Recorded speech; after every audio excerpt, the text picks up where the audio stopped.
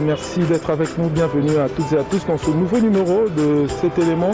Aujourd'hui, nous avons le réel plaisir de recevoir pour vous M. Mike Moukebaye, éditeur du journal CNews, patron de presse, mais également journaliste engagé ici en République démocratique du Congo. C'est avec lui que nous allons scruter pendant quelques minutes l'actualité qui prédomine ici en République démocratique du Congo. Monsieur Mike, bonjour. Bonjour. Merci d'avoir accepté de répondre à notre invitation.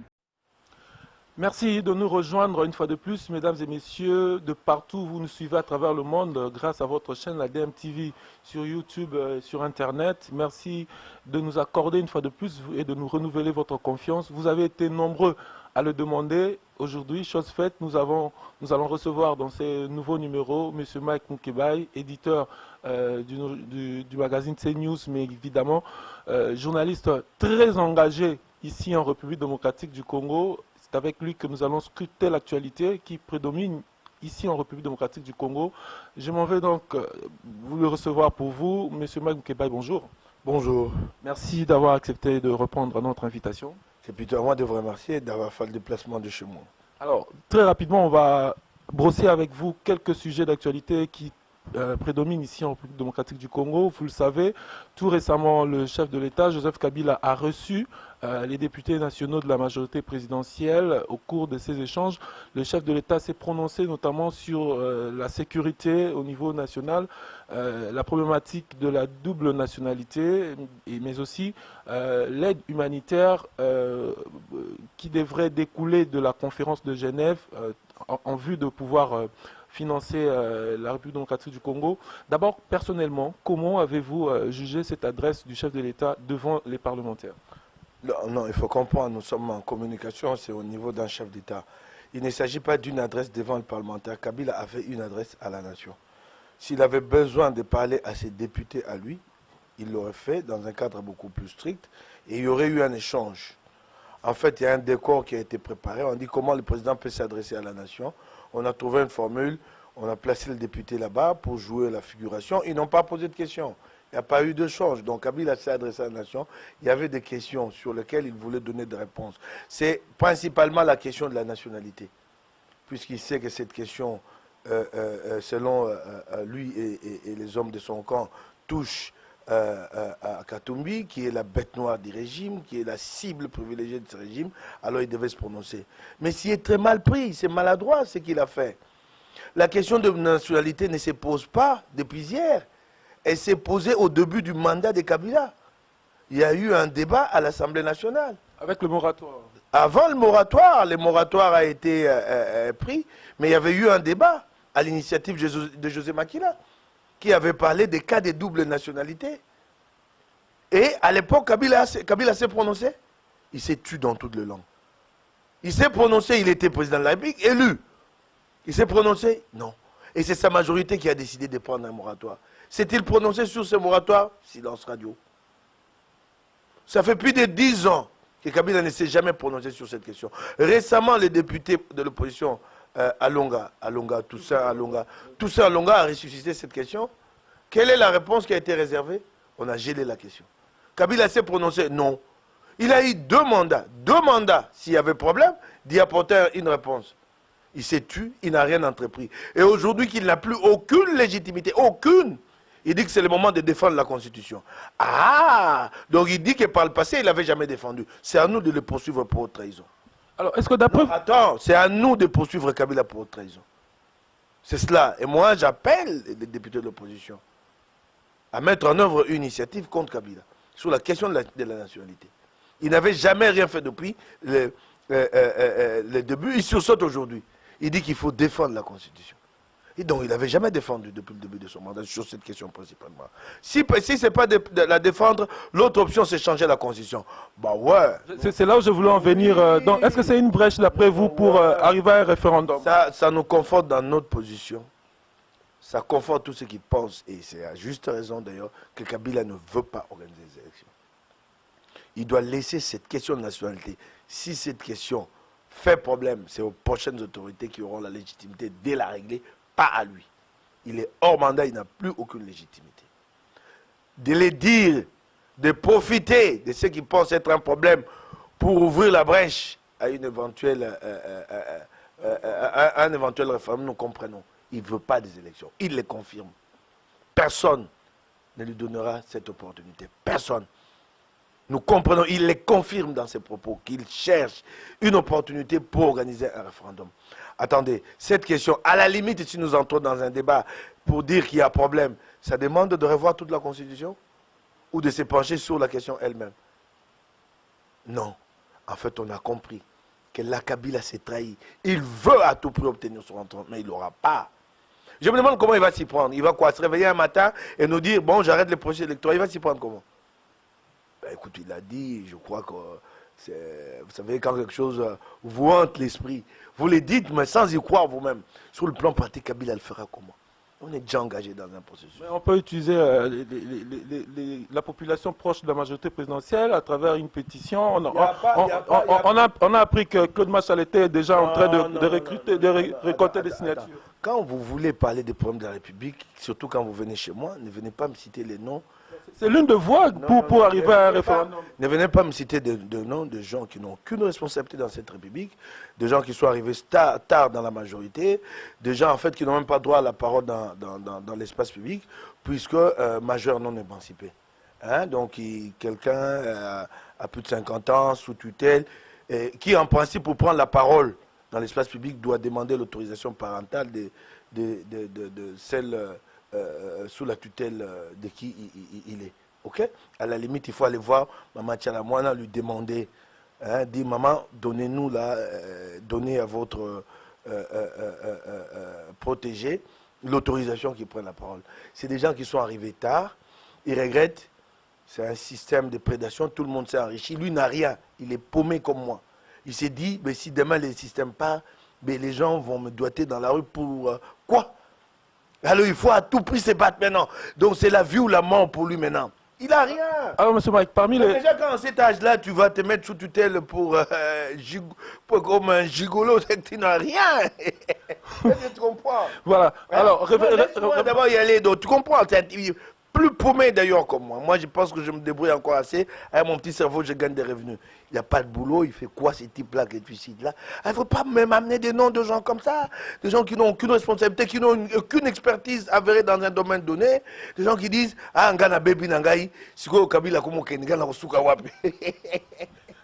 Ah, ngai. C'est un peu ça. Donc, tu comprends? Parlons de choses sérieuses. OK? Kabila n'a pas d'issue. C'est vraiment clair. Hein?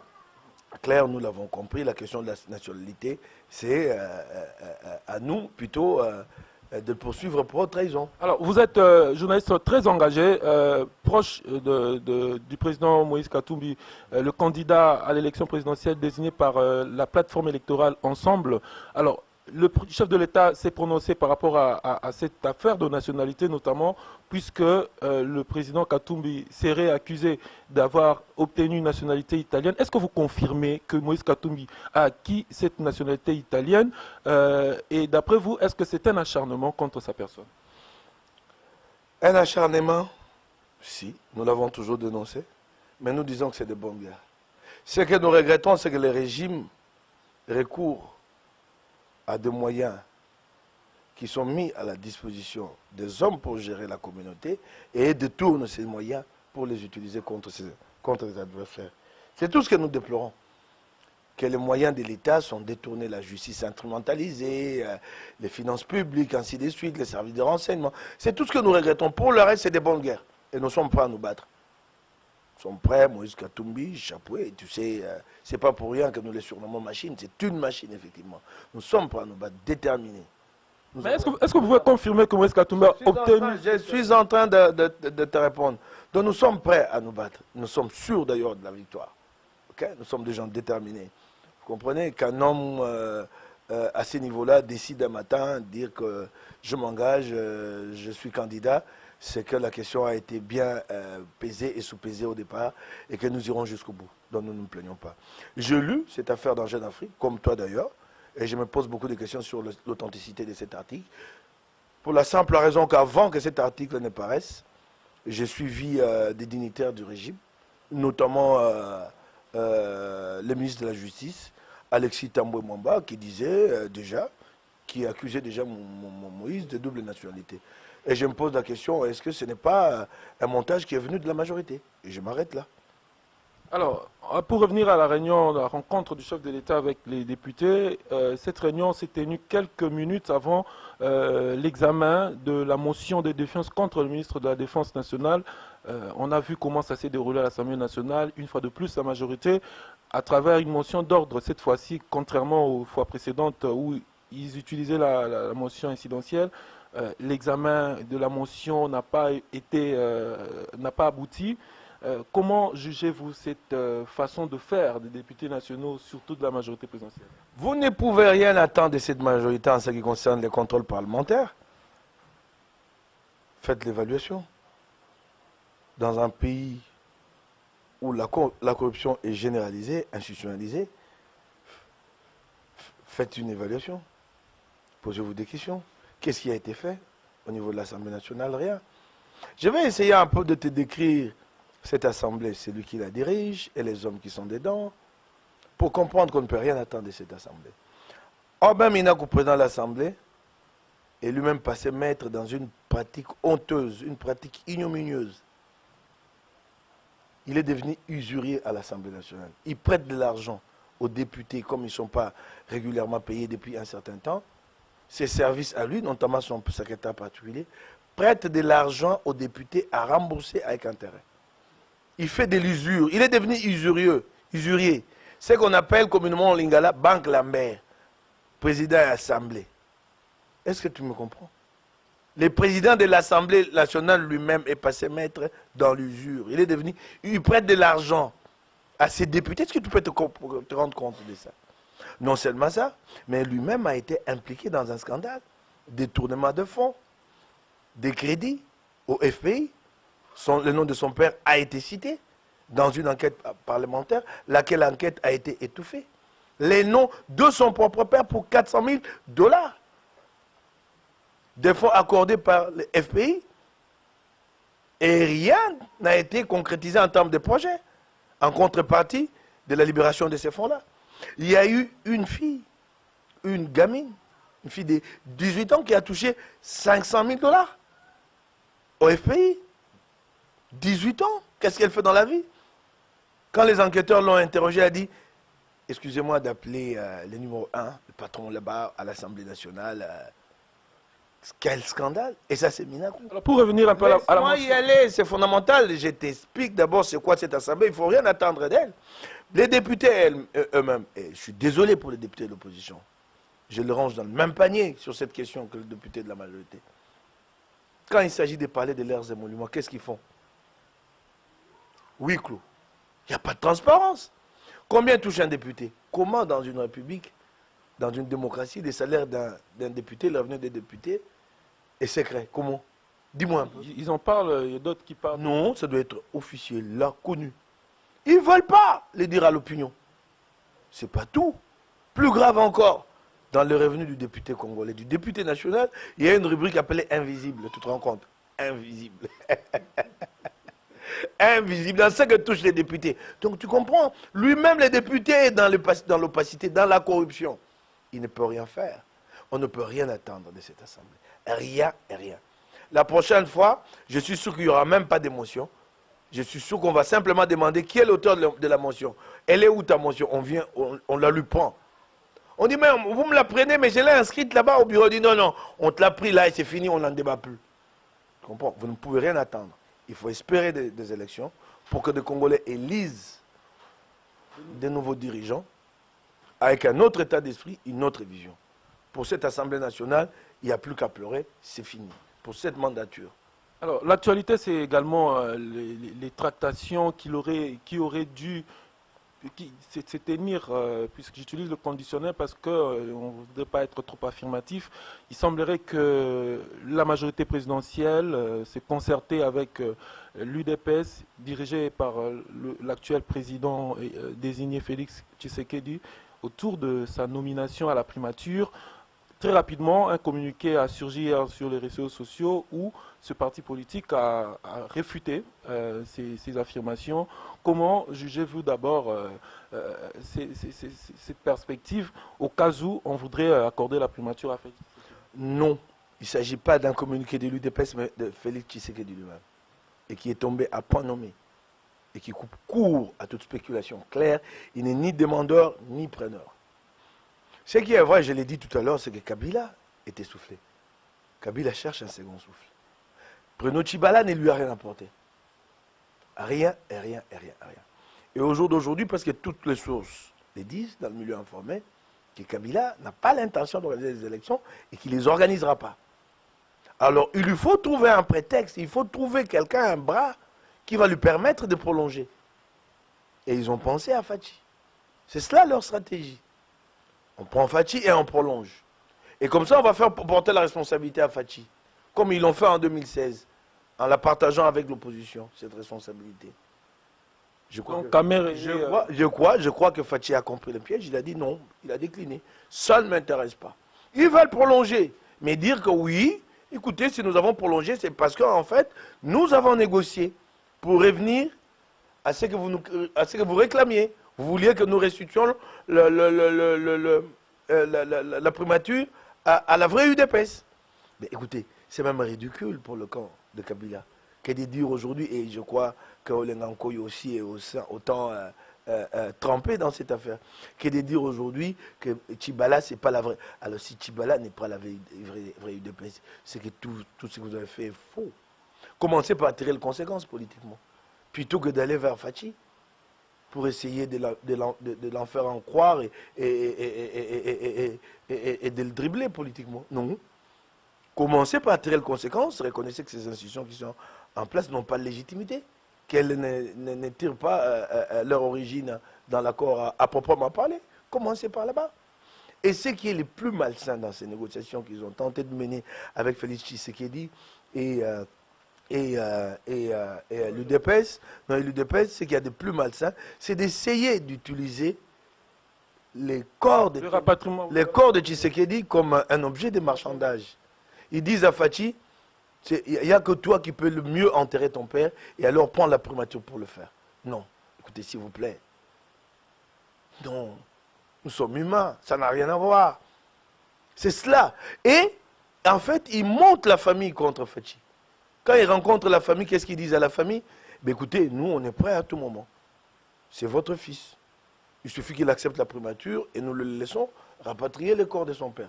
Voyez-vous comment on commence à utiliser le corps de Tshisekedi? Non. C'est cynique, ça. C'est un dessein immoral.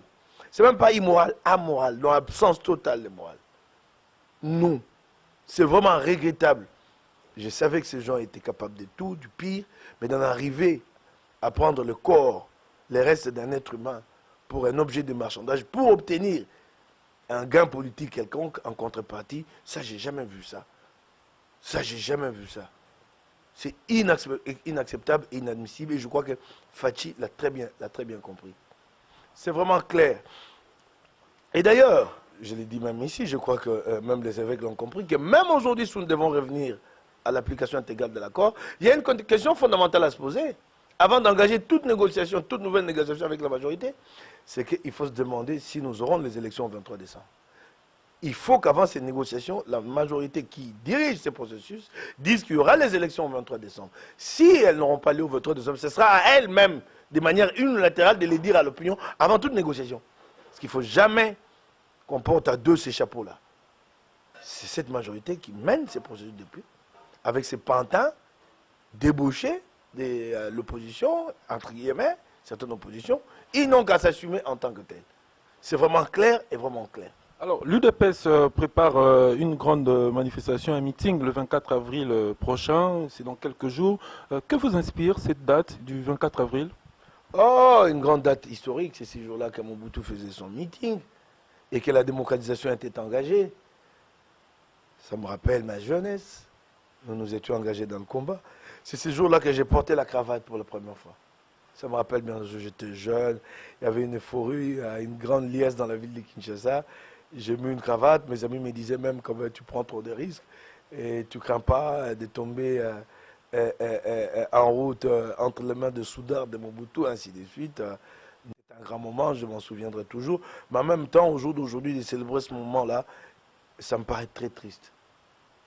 Quand je regarde 28 ans après, c'est 28 ans si je ne m'abuse, 28 ans après, que de recul. Que de recul, nous étions déjà assez avancés. Qu'aujourd'hui, qu'il y a encore des débats ici sur l'organisation des manifestations publiques, qu'aujourd'hui, Kabila n'ait toujours pas promulgué la loi sur les manifestations publiques. Est-ce que vous pensez que cette activité va se tenir parce que l'hôtel de ville de Kinshasa a réaffirmé que l'interdiction aux manifestations publiques? Non, mais écoutez, il ne faut pas suivre André Kimbuta, il faut lui demander d'aller apprendre ce que c'est la Constitution. L'hôtel de ville n'a aucune compétence pour restreindre les libertés. Ça, c'est vraiment clair. Les libertés ne peuvent être restreintes que dans le cadre de ce qui est prévu par la loi, donc de la Constitution. Il ne faut pas suivre Kimbuta. Il est là, il est arrivé là comme, un peu comme par hasard. La vie des Congolais, des Kinois ne le préoccupe pas, on sait ce qu'il fait.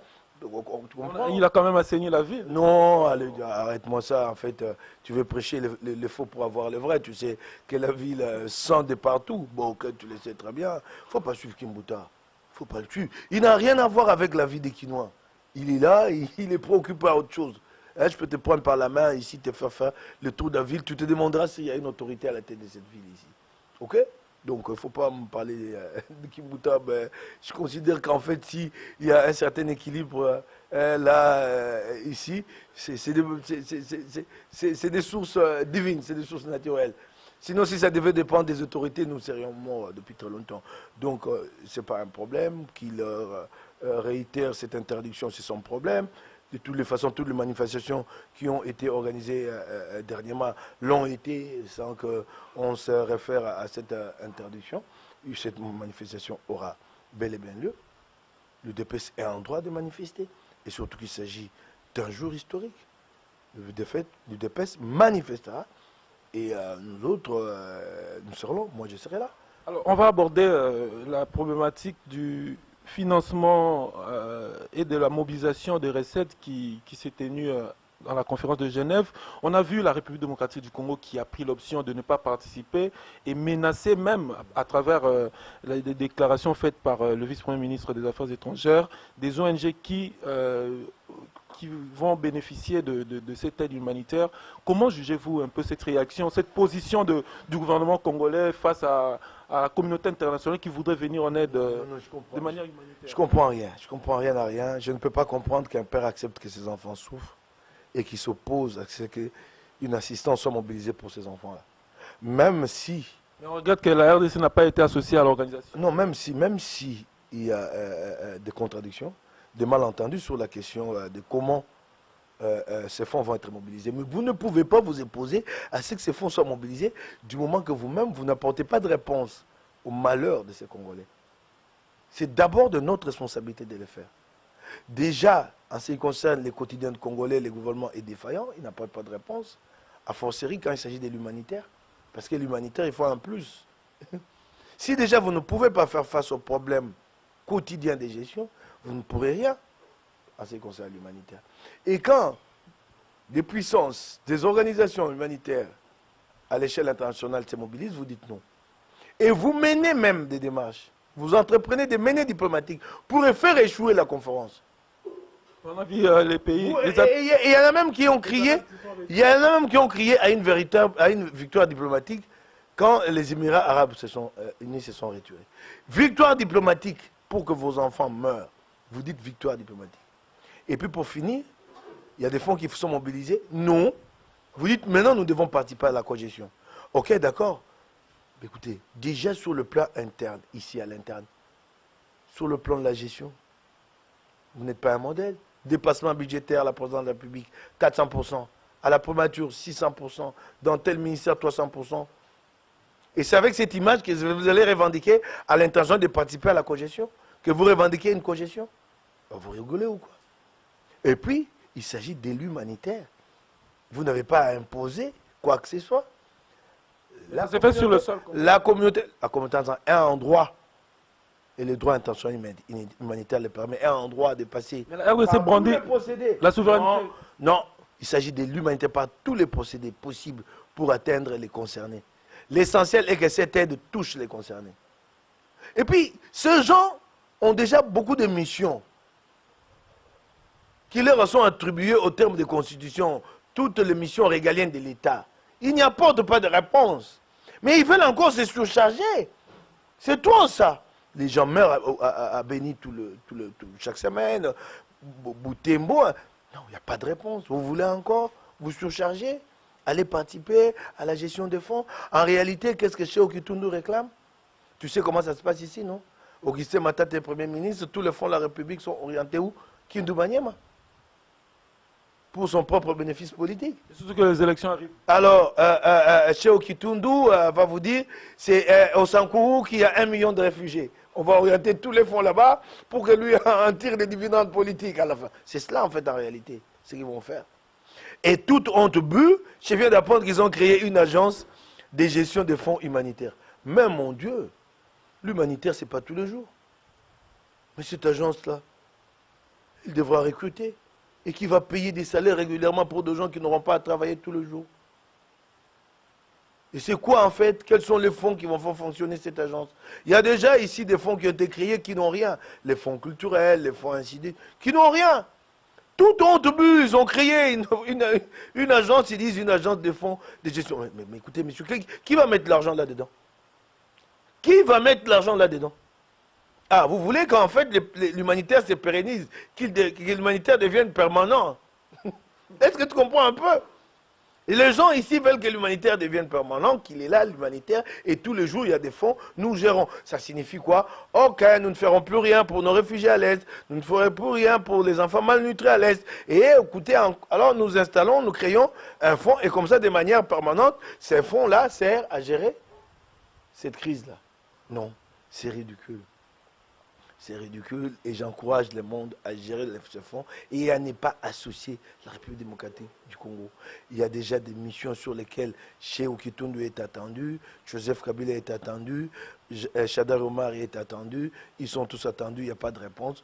Nous leur demandons... Chadar n'est plus. Nous leur demandons, il est secrétaire permanent du parti majoritaire. Il n'est plus au fond. Nous leur demandons de se consacrer à la tâche la plus importante en cette période, c'est l'organisation des élections. Lorsque vous parlez de Chadar, ça vient de il y a une question qui me vient à l'esprit. Le secrétaire général adjoint de la majorité présidentielle, Koko Niang, vous l'avez suivi récemment, Omanie Mao, qui a vu l'ombre ou qui continue à voir l'ombre du président Moïse Katumbi un peu partout. Comment réagissez-vous à ces propos où il a même demandé à ce que le vice-premier ministre de l'Intérieur puisse suspendre les travaux au niveau de l'Assemblée provinciale? Je vais te dire une chose. Tu mets ce son-là, tu ne dis pas que c'est Koko Niang, je te dirais que c'est le premier énergumène qui parle au coin de la rue. Tu enlèves... Vous pouvez quand même retirer ça. Non, j'ai dit, tu mets ce son. Tu ne me dis pas que c'est Koko Niang, je te dirais que c'est le premier énergumène qui parle, le premier quidam qui parle au coin de la rue. Tu ne croirais pas que c'est un homme d'État qui parle. Non, c'est pas vrai. Puis en plus, semble-t-il, c'est un prof. Bon, mon Dieu. Tu ne croirais pas que c'est un homme d'État, c'est un ministre en exercice qui parle. D'abord, il dit que c'est... Pourquoi le président Moïse Katumbi? Laisse-moi y aller. Il dit que c'est Moïse Katumbi au Maniema. Je ne sais pas pour quel enjeu, je ne sais pas s'il a un minimum de capacité pour analyser. Ok? Des sources lui ont dit que c'est Katumbi. Pour quel enjeu au Maniema en ce moment? Que Moïse se batte pour placer un gouverneur. Pour quel gain politique? Petite chose, hein? Ok, s'il n'en a pas la capacité, il n'a qu'à recruter des intelligences pour analyser pour quel gain politique. Au jour d'aujourd'hui, on lui pose la question. Et puis, non, il ne s'arrête pas. En chemin, il va jusqu'au bout. Il dit qu'il va rentrer à Kinshasa et qu'il va demander au ministre de l'Intérieur de suspendre. Son chef hier. Il dit qu'il va demander. Tu comprends comment ça se fait? Lui va demander de suspendre l'Assemblée provinciale. De fermer cette assemblée. Tu as compris comment que ça se passe? Ça se passe à l'humeur d'un individu. Là, c'est à l'humeur de Joseph Koko Niang. C'est à l'humeur d'un individu. Lui, il s'est énervé, il a dit c'est inadmissible que les intérêts du PPRD soient compromis là, et je vais demander, c'est à l'humeur d'Ennendi, il nous a dit comment ça se fait. Il nous l'a dit, et je suis sûr que Mo va être gêné, qu'il lui a dit non, tu aurais dû les faire discrètement, pourquoi? Je ne peux plus fermer, puisque tu l'as déclaré publiquement. Tu vois comment ça se fait, on comprend comment fonctionne ce régime. Et en réalité, quand tu grattes, nous savons que qui a mis les crocs en jambes au PPRD dans cette situation, c'est Augustin Matata qui est derrière les gouverneurs élus. Ah bon? Ah oui, il leur a fait comprendre que monsieur, c'est chez moi. Comme vous ne voulez pas de moi, tu sais, Matata, c'est un électron libre. Il n'est pas PPRD pure souche. Lui, il en fait à sa tête. Il y a aussi cette guerre de dauphins. Il est pressenti comme dauphin et les autres disent, à Kabila, tu les places là. Mais pourquoi accuser Moïse Katumbi alors que c'est... Et il leur a dit, je vous demande que c'est moi qui contrôle les choses ici. Il a soutenu ce gars-là. Tu connais la justice congolaise, comment elle fonctionne?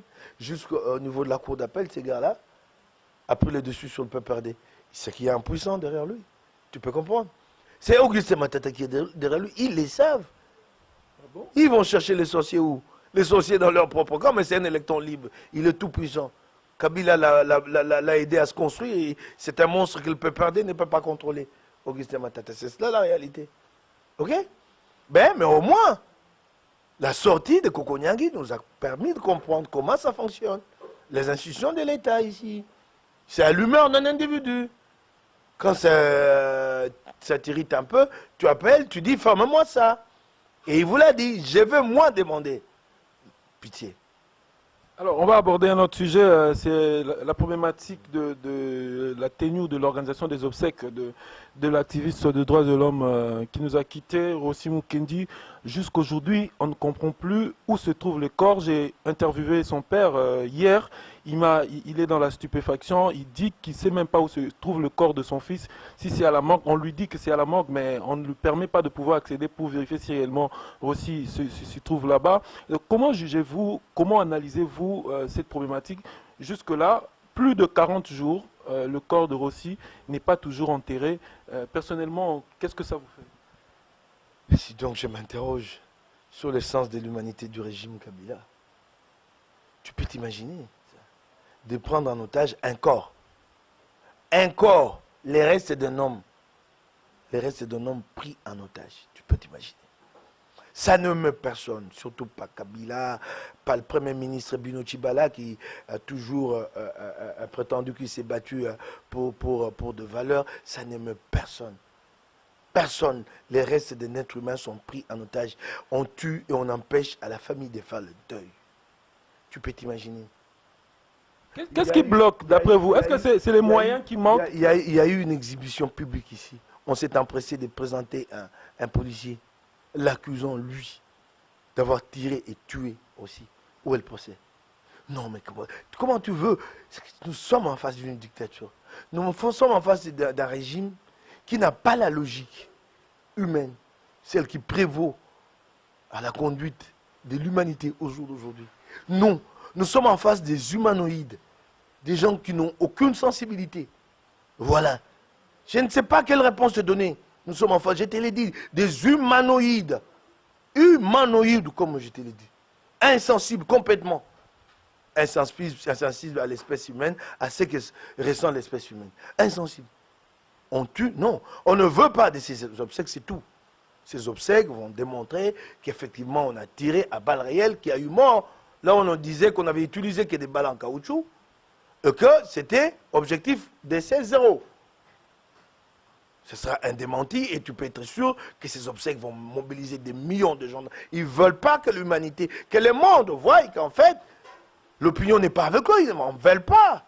Ça sera un grand moment, un grand événement. Ils ont décidé. L'option a été levée quelque part pour dire qu'il n'y aura pas ces obsèques. Mais jusqu'où ira cette histoire? Mais mon cher ami, je ne sais pas. Quand tu es en face des Jusqu'à quand? Quand tu es en face des humanoïdes, tu sais comment? Quand tu es en face d'un être humain, tu prévois sa réaction, son comportement. Mais quand tu es en face des humanoïdes, qu'est-ce que tu peux prévoir? Tu es en face des machines, des gens froids, qui n'ont pas de cœur. Ben, tu veux que je prévoie quoi? Nous sommes en face des humanoïdes. Je te le dis. Des humanoïdes, je te le dis, j'écris bien, je l'ai dit, je répète, je te le dis. Moi, je serais aux affaires, ça me gênerait. Un être humain, vous prenez ses restes en otage. Au 21e siècle, le monde est au courant qui a quelque part les cordes aussi. Écoute, mon cher frère, comment tu veux que je t'explique ça? Ça dépasse tout entendement. Je t'ai dit, tu m'aurais posé la question avant, je t'aurais dit non, il ne les ferait pas.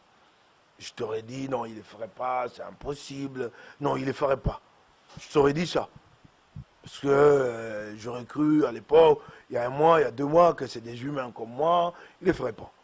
Mais là, je me rends compte qu'on est en face des humanoïdes. Alors, dernière question, puisque nous arrivons vraiment à la fin de cet entretien, M. Mike Moukebaye. Après une forte mobilisation, une solidarité professionnelle dans l'affaire qui a opposé notre confrère Eliezer Tambwe au gouverneur Ngoï Kassanji, enfin, Ndeko Eliezer a recouvré sa liberté de manière provisoire. Nous avons été là d'ailleurs à la couverture de sa première sortie médiatique, bien qu'il n'ait pas pris parole.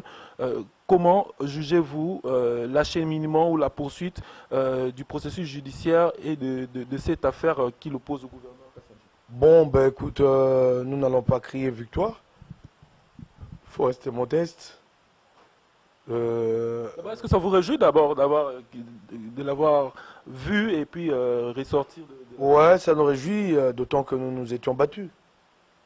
Et c'est ici le lieu de remercier tous ceux qui se sont mobilisés pour lui, dans la profession comme dans tous les autres segments de la société, dans l'opinion congolaise dans l'ensemble. Je remercie autant tous les compatriotes à l'extérieur et bien d'autres personnes, des tiers. J'ai reçu de coups de fil des États-Unis, de l'Europe, partout. Les gens m'ont même écrit sur WhatsApp. Ouais, des tiers, d'autres nationalités, des organismes de défense, des droits de l'homme, de la liberté de presse. J'ai été très ému par la mobilisation qu'il y a eu de manière spontanée quand elle est sortie de prison. J'ai vu des gens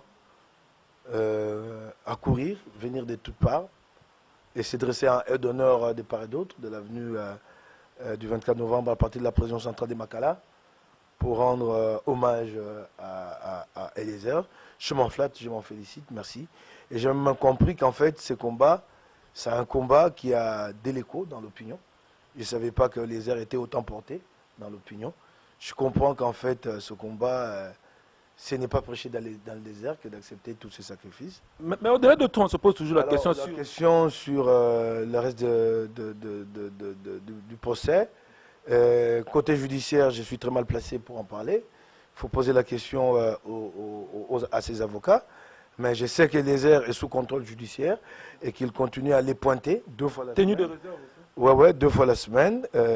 Continue à les pointer au parquet général de la Gombe, qui ne peut pas aborder cette question, qui ne peut pas quitter le pays. En fait, tout ce qui ça implique un contrôle judiciaire. Côté suite au niveau de la profession, nous avons, nous, dit clairement que nous allons entreprendre une action contre Kasonga Chilunde, le président de l'UNPC. L'UNPC, et il n'a ni crédibilité, ni légitimité pour entreprendre quoi que ce soit contre Eliezer Tambwe. D'ailleurs, il s'est complètement compromis. Il a fait le déplacement aux frais d'Ngoï Kassanji. Billet d'avion. S'il répond, nous donnons le nom de celui qui est allé acheter les billets d'avion. S'il répond, qu'il ose répondre. S'il pense qu'il a la légitimité, qu'il est sérieux, qu'il ose répondre, nous le disons à l'ennemi de qui il a reçu les billets d'avion. Billets d'avion assurés par Ngoï Kassanji, hôtel, donc hébergement et restauration. Qu'est-ce que vous pouvez attendre d'un homme compromis à ce point-là? Mais il dit que c'est aussi grâce à lui. On a même vu également hein, le président de l'UNC provincial de Kinshasa qui disent que c'est grâce à eux, ils sont allés demander... Attends, grâce à lui, oui, demandez-lui, grâce à lui, ok. Qu'est-ce qu'il a gagné en retour alors? Demandez-lui, billets payés, hébergement, restauration. Posez-lui la question s'il n'a pas reçu des collations. Ah oui, il y est allé pour un grand personnel. Posez-lui la question s'il n'a pas reçu une collation avant de quitter Mbujimaï. Grâce à lui, qu'est-ce qu'il a fait? Il y est allé pour ses intérêts personnels. Posez-lui la question s'il n'a pas reçu une collation là-bas. Ben, c'est encore poli que je dise, c'est un euphémisme que je parle de collation. C'est de la corruption. C'est de la corruption. Il a reçu de l'argent là-bas. Posez-lui un transport. Ben, un transport au nom de quoi? En contrepartie du déplacement. Quel déplacement? C'est le président de l'UNPC. Si l'UNPC n'avait pas le moyen, il n'avait qu'à demander à rencontrer Ngoï Kassanji ici. Billets d'avion, hébergement, restauration et collation. Et qu'est-ce qui reste de crédit à cet homme-là? Pour faire quoi? Est-ce que tu comprends? dans quelles conditions Ngoïka Sanji l'a placé. Est-ce qu'on sache, dans votre démarche, vous avez demandé que Eliezer soit plutôt auditionné par les instances de la profession. Maintenant, vous vous rébuffez après qu'il ait couvert sa vidéo. Nous n'avons jamais rien demandé. Ça, c'était le communiqué de Kassonga Tchulunde. Et du président provincial de l'UNPC. Ne me parle pas du président provincial de l'UNPC, je ne le connais pas. Je sais qu'il y a ici un journaliste de nationalité française qui, je ne sais pas quelle magie, est devenu président de... Puisque nous parlons de nationalité, en voilà. Il y a un Français qui est président de l'UNPC. Kinshasa. Vous avez des preuves? Ah ben écoute, vas lui poser la question s'il n'est pas français. Il y a un Français. Et puis attends, il verra. Lui aussi, il répondra. Il y a un Français qui est président de l'UNPC. Toi, tu ne le sais pas? Tu me poses la question à moi si j'ai des preuves. Va lui demander que Moukeba m'a dit à moi, à mon micro, que tu es français. Il se demande comment tu es à la tête de l'UNPC Kinshasa. Va lui poser la question.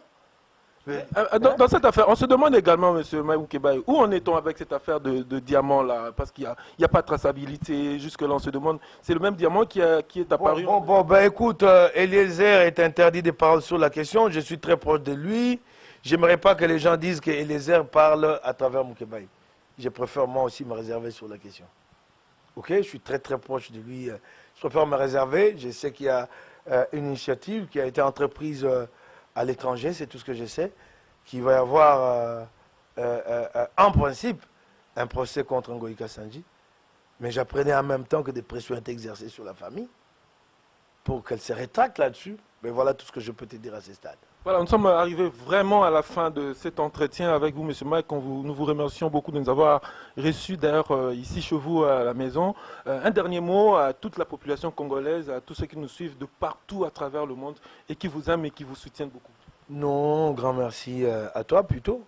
Tu as fait le déplacement pour venir chez moi. C'est que tu t'es dit que j'ai quand même quelque chose à dire sur la conduite des affaires de mon pays, sur le destin de mon pays. C'est très flatteur que tu viennes jusque chez moi. Ben, je remercie tous les compatriotes. Je leur demande de renouveler leur foi dans le Congo. Et la victoire est certaine. Notre cause est juste. Nous ne nous battons pas pour notre positionnement, pour des intérêts personnels. Nullement dans ma tête l'intention demain d'avoir la plus belle villa de Kinshasa ou la plus belle Jeep. Ça ne me préoccupe pas. J'ai besoin du matériel comme tout le monde. Le minimum pour ma petite vie. Mais je rêve d'un Congo nouveau. Et je me bats pour ce Congo-là. Et c'est pour ce Congo-là que j'appelle tous à se mobiliser. Tous à se mobiliser, d'y croire. Et c'est possible, ce rêve-là. Tous les grands des nations du monde sont passés par ces tribulations que nous connaissons. Nous ne disons pas que ça va durer. Non. Les grandes nations, les États-Unis ont connu la guerre de sécession. Les Américains ont été opposés les uns aux autres. Il y a eu une guerre civile aux États-Unis. Les Français n'en parlont pas. Il y a eu Vichy, Marshal Pétain, qui a collaboré avec l'occupation, comme aujourd'hui un peu. Ok, mais croyons-y, battons-nous. Un Congo nouveau est possible pour demain.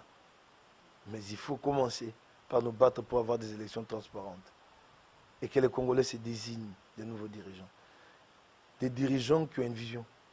Des dirigeants qui ont une volonté.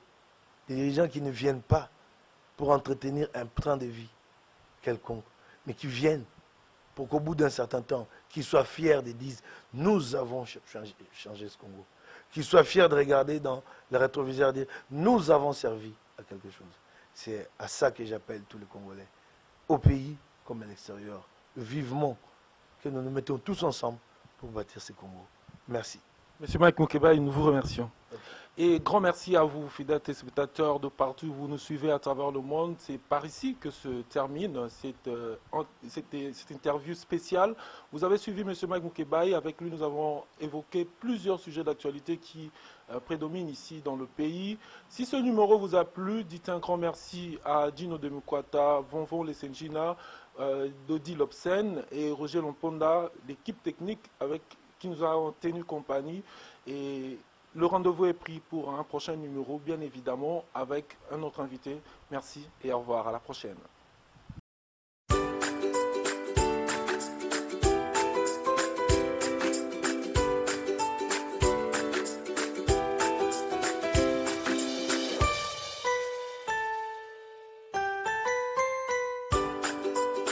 Billy Merci d'être avec nous. Bienvenue à toutes et à tous dans ce nouveau numéro de cet élément. Aujourd'hui, nous avons le réel plaisir de recevoir pour vous M. Mike Moukebaye, éditeur du journal CNews, patron de presse, mais également journaliste engagé ici en République démocratique du Congo. C'est avec lui que nous allons scruter pendant quelques minutes l'actualité qui prédomine ici en République démocratique du Congo. Monsieur Mike, bonjour. Bonjour. Merci d'avoir accepté